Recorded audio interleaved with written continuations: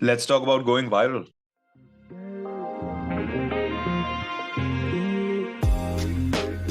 Welcome to the Thought Bistro podcast with Akhil and Vishra as we deep dive into a variety of interesting and thought provoking topics. Join us as we explore the world of ideas and broaden our collective horizon. So, in the world that we are in today, everyone wants to go viral. And in that attempt, we too, as a new podcast, would love to go viral. So, we thought, why not do something that helps us, helps you, all of us understand this concept of going viral. So we thought, why not do a book review? So we've decided today to do The Tipping Point by Malcolm Gladwell. And it talks about how things, reach a certain tipping point which makes them then go viral around the world and how you can get to that tipping point. I think it has been a very good read.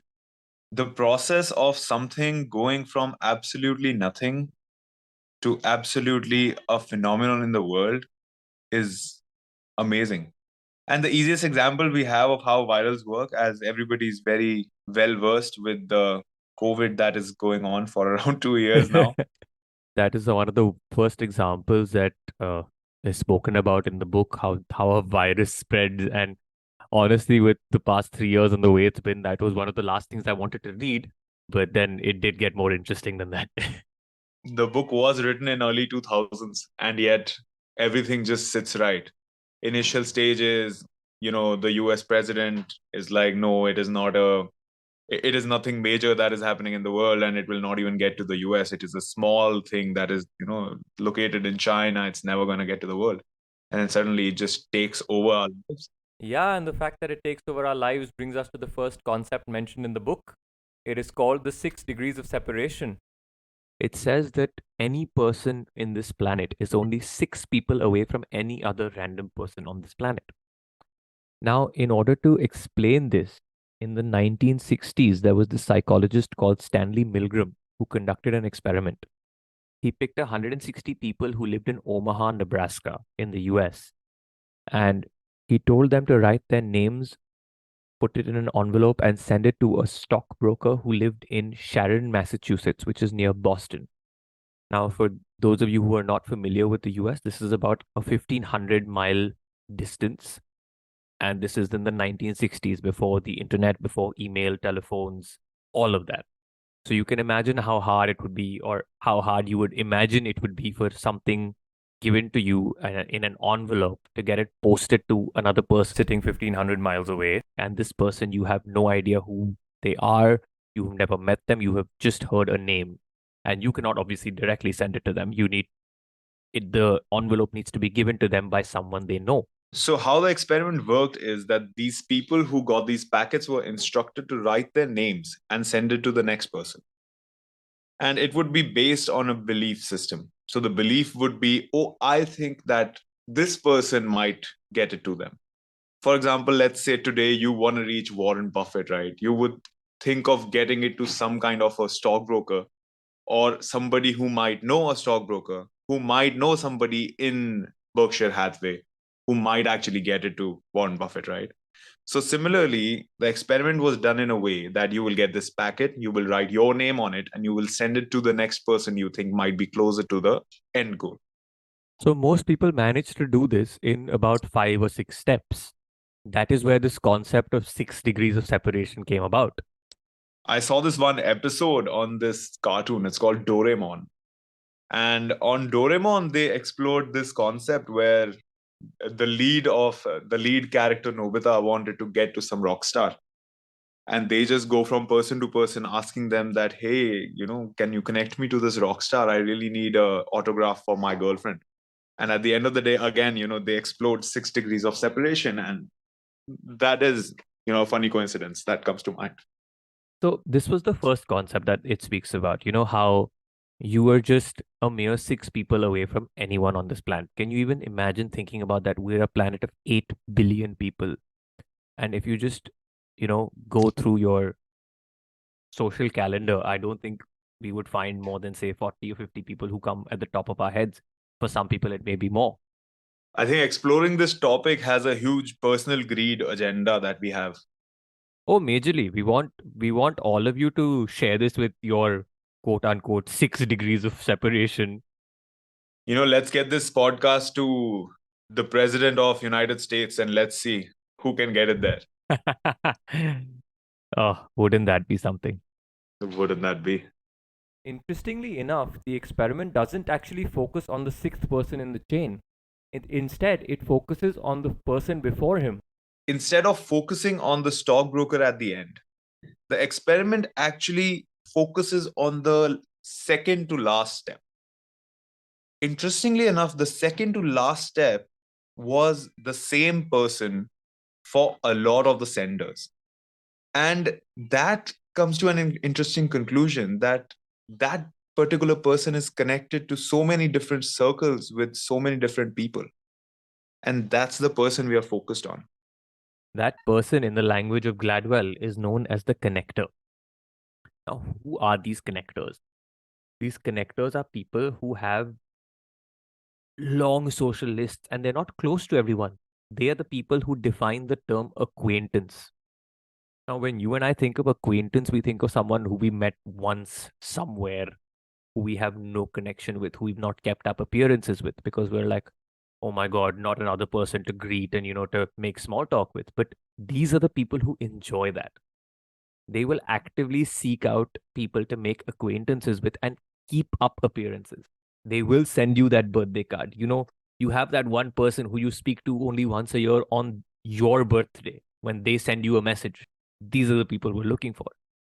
I love these people, man. In your WhatsApp messages, sometimes you have a happy new year from somebody, and then the next year you have a happy new year from the same person, and then the next year you have a happy new year. You won't even speak to them for the rest of the year, and they will make sure that, a happy new year with a very personalized name at the end of it.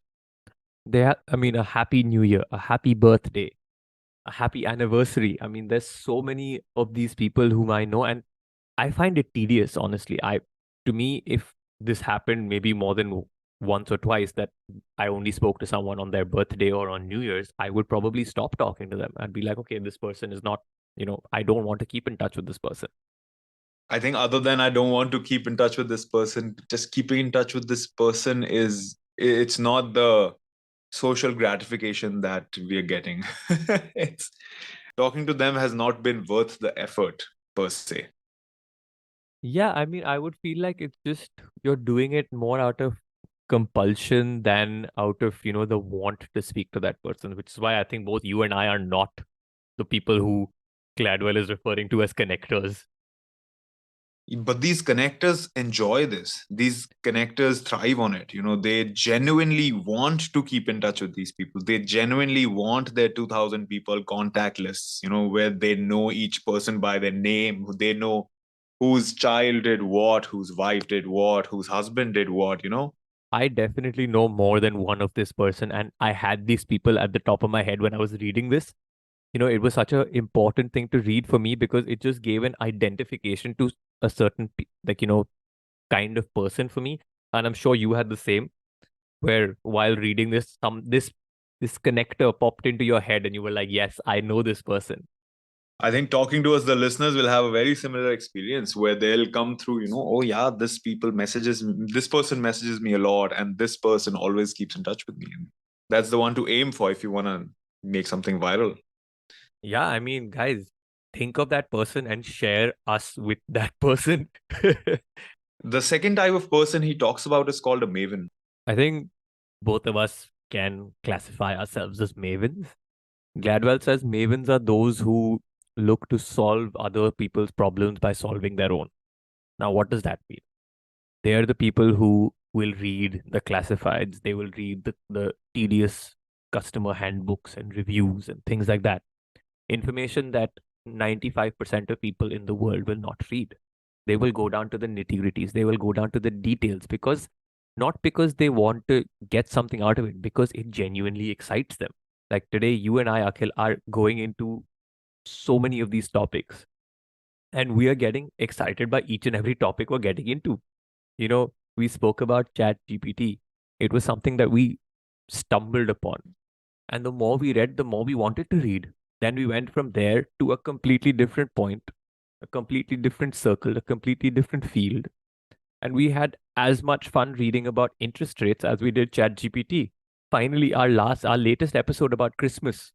I did not think there was so much to learn and read about Christmas, but honestly, I had such fun reading all the small nuggets and nuances, and the minuscule changes and the drastic changes that occurred throughout the world when you talk about Christmas.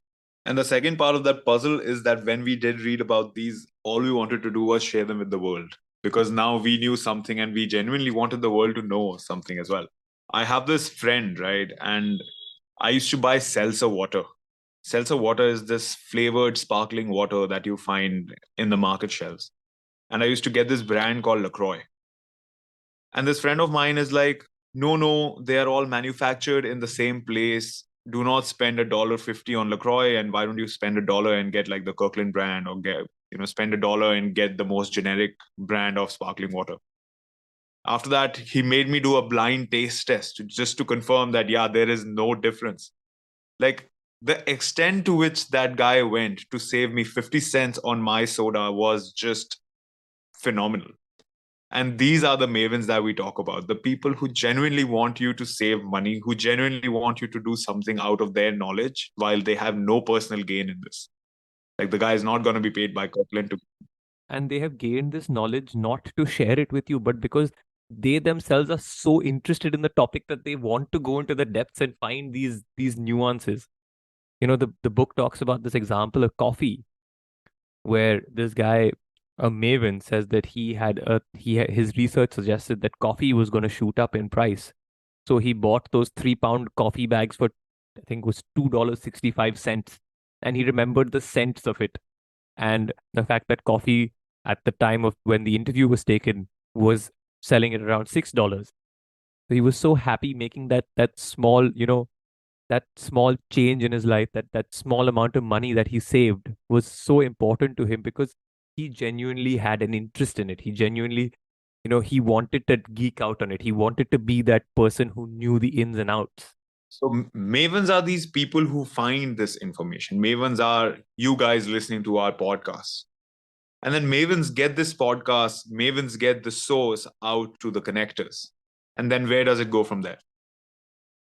I think, if you want to look at it, as a very interesting way the book puts it, and I think today in the information age that we are, it will make a lot of sense. Mavens are like data banks. They store a lot of data, they gather and they store. And connectors are the glue. They are the ones who take the message and spread it. They keep everyone together. They're the connect, they connect people, as the name suggests it. And then there is this third kind of person. So, the third piece of this puzzle is called a salesman. And the salesman is responsible for that last bit of push, that last bit after which the thing goes absolutely viral. It causes an epidemic. They are the persuader. So they're the people who can convey emotion the best. They are the people who are emotionally invested in what they're selling. They're those who, when you see them, when you interact with them, you get that vibe. You talk about getting a very positive vibe of a person, their body language, the way they'll speak about something. They're what can be known as emotionally contagious. So the moment you are emotionally invested in a particular product or a restaurant or a book, you will be more likely to go towards that side. So I would say the most important, the most common salesmen we meet are news anchors. They are giving us news, and they are often subtly portraying emotion. So again, the book did a study where they looked at three news anchors from ABC, NBC, and CNBC, I think it was, or CBS. And one of the anchors had a subtle facial bias when mentioning Republican candidates for presidents. And as the study showed, that the people who watched that particular anchor more than the other two were more likely to vote for Republican candidates as compared to people who didn't watch that anchor. That's a salesman. And this was indiscriminate of their personal beliefs of the individual. Yeah, this wasn't concerning whether the person was a Democrat or Republican, or whether he agreed with that candidate or didn't agree with that candidate. But just because they were watching this particular news anchor who was conveying his emotions in such a way, and that he was so emotionally contagious that he led people to vote for a particular candidate. So if I wanted to summarize these three personalities into one, I'm again going to use something that's mentioned in the book. A connector might tell 10 friends where to stay in Los Angeles, and half of them might take his advice. A maven might tell 5 people where to stay in Los Angeles, but he would make his case in such a way that all 5 would stay. And a salesman would be that person who convinces the 5 who weren't convinced by the connector to stay in that particular hotel, because he would emotionally convince those people. So one is providing you with the information, one is providing you with the details of like, the full detailed description of why you should go and consume that information. And the third is not going into details. It's not going into, oh, this hotel is clean, it's a this. He is appealing to your emotional side. He is conveying his emotions about that product or that service that is leading you to consume that. So, to cause an epidemic, what we need are a few salesmen, and we need the genius of both some mavens and some connectors, and we are there. Moving on from people, what are we giving you to sell? What are we giving you to, spread? This is the next part that the book talks about. It's known as the stickiness factor. Now, the stickiness factor is the part of the message that is contagious, that people remember, that sticks in your brain. You see, stickiness factor can be very well explained with some of these advertisements with these jingles. And if they can get the right jingle to get stuck in your brain, at the time of purchase, you will keep thinking of these jingles. And in India, there used to be this advertisement of this washing powder, and it was called Nirma. And the song just keeps going round and round in circles in your brain. Honestly, brother, when you mentioned jingles, and this is not something we've spoken about before, the first jingle that came into my head was washing powder Nirma. And they succeeded, right? Tomorrow I go to buy washing powder. I don't know anything about washing powders, and I'll see Nirma and I'll be like, yeah, this must be a good one. I have the jingle in my brain. And that is what needs to stick. A very good example in the book was about this company that did an advertisement. And earlier, their advertisement campaigns were not very successful. They had very generic advertisement campaigns. Then this guy comes in, he gets the worst slots of advertisement on TV. But what he does is he places this golden box, and you're supposed to spot the golden box for a prize at the end. Yeah, it's something like that. I mean, I think he urged people to find the golden box in the coupons. And people would go and watch his advertisement just for the sake of finding these golden boxes. This led me to an example, in a very popular children's movie. I'm sure all of you might have heard of or watched Charlie and the Chocolate Factory, where Willy Wonka was giving away 5 golden tickets, which allowed the children to come to visit his factory. And if you remember snippets from the book or the movie, people were buying his chocolates in dozens and dozens and dozens. People had, even the poor who could only save enough for one chocolate wanted to spend that on that one chocolate to get the opportunity to go and visit his factory. I think the crux of it is that give out an idea and ask for an action from the other person. From the transaction, post transaction, ask them to do something. And And another very good give them a reason to do that something. What is the prize that they're getting? Definitely. And another big example that we have is, there used to be Tazos inside chips packets, and these were collectible items. There were these circular bits of hard paper which had Pokemon on it. I remember, at least this was the case in India. I don't know where else around the world this was done, but I remember kids in school used to buy packets and packets of Cheetos and all these chips packets where you could get Tazos, take out the Tazo and give the chips. They were like, guys, we do not want to eat this, but we just want this Tazo. So the sales were happening just for that one piece of collectible that was within that packet of chips. When we were younger, how many times have we gone to a McDonald's just to have a Happy Meal, even if the burger was not good? Why wouldn't you get a Happy Meal? You get the toy. Even though you can buy the toy on the side, you can go to the shop next to the McDonald's and buy a better toy for the same price. But nah, you will get the Happy Meal for the sake of getting that toy, and a randomized toy out of five just, ups the ante. So that's what Yeah, we are you want to aiming make for. your full collection. You want to make your full collection. So you were getting that Happy Meal again and again and again so that you can complete your collection, as they would call it.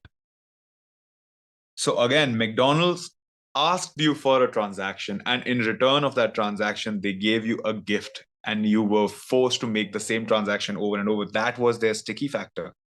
Even today, when you think about McDonald's as a child, you always think about the Happy Meal. You do not think about anything else. You don't think how good the burger was. It wasn't.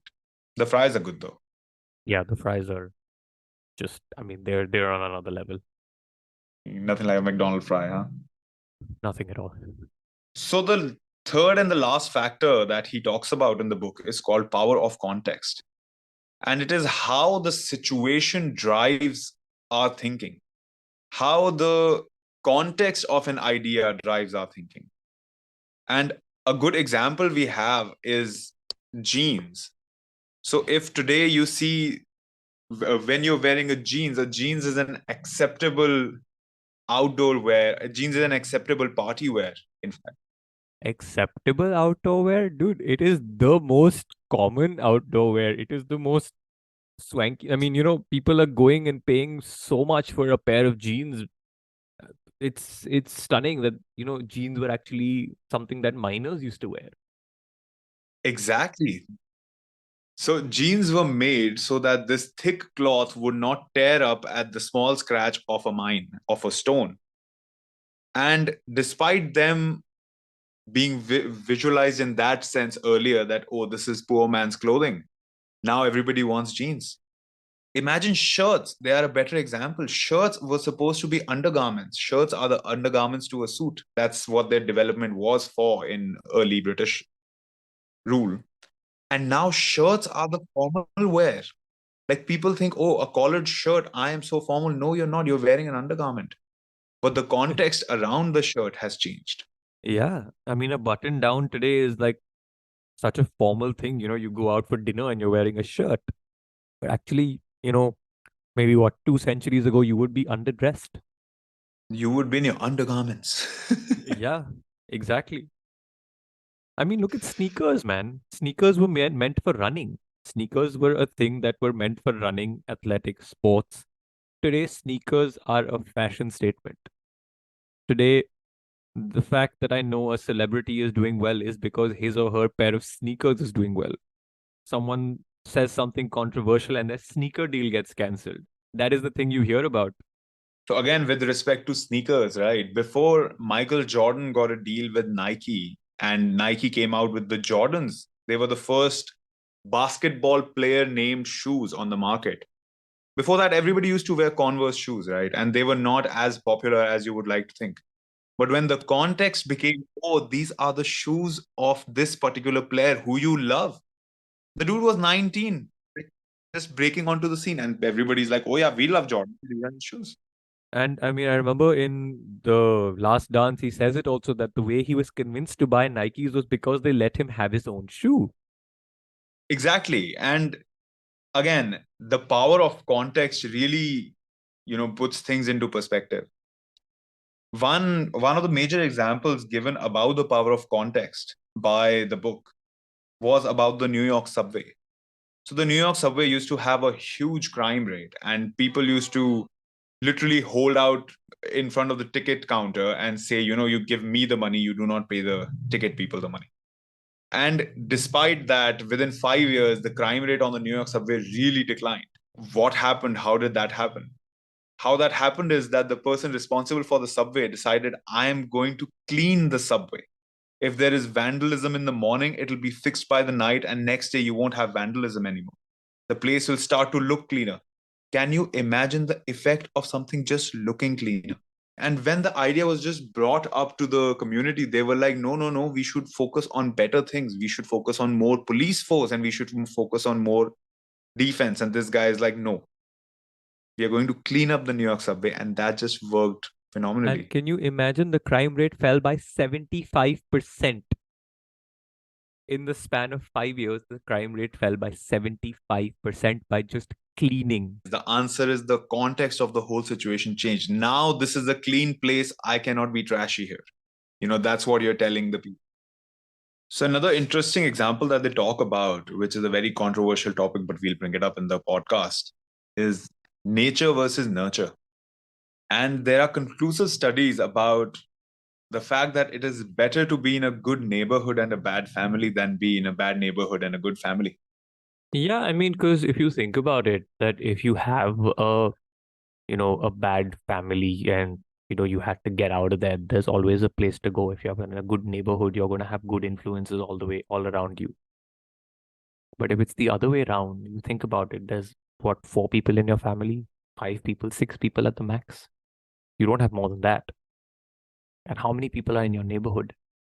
So you think about the effect of good influences, or the ratio of good influences to the bad. And you see where in one scenario you have a good family, you have maybe 3, 4, 5 good influences around you, and a bad neighborhood where you have 30, 40, 50 bad influences around you, and you flip that around, what wins out? And I think this goes back to the subway example, right? It is back to, if it is clean, then people believe it is clean, and then people will do clean things. If it is dirty, then people believe it is dirty, and people will do dirty things. You might have a friend with you who says, ki, let's not do it. But then you look around and you're like, everybody's doing it. And why shouldn't I? Absolutely. I mean, if you see a garbage dump, you're more likely to throw your garbage there than if you see a clean street. You don't want to dirty it, so you're not going to throw your garbage. I think even like if there is stuff thrown next to the garbage, somehow your brain tells you it's okay to maybe throw it next to the garbage bin. Did I miss the garbage bin? It's fine. If it's clean, you miss the garbage bin, you go there, you pick it up, and you throw it inside the garbage Yep. bin. And Yep. that's the context of the location.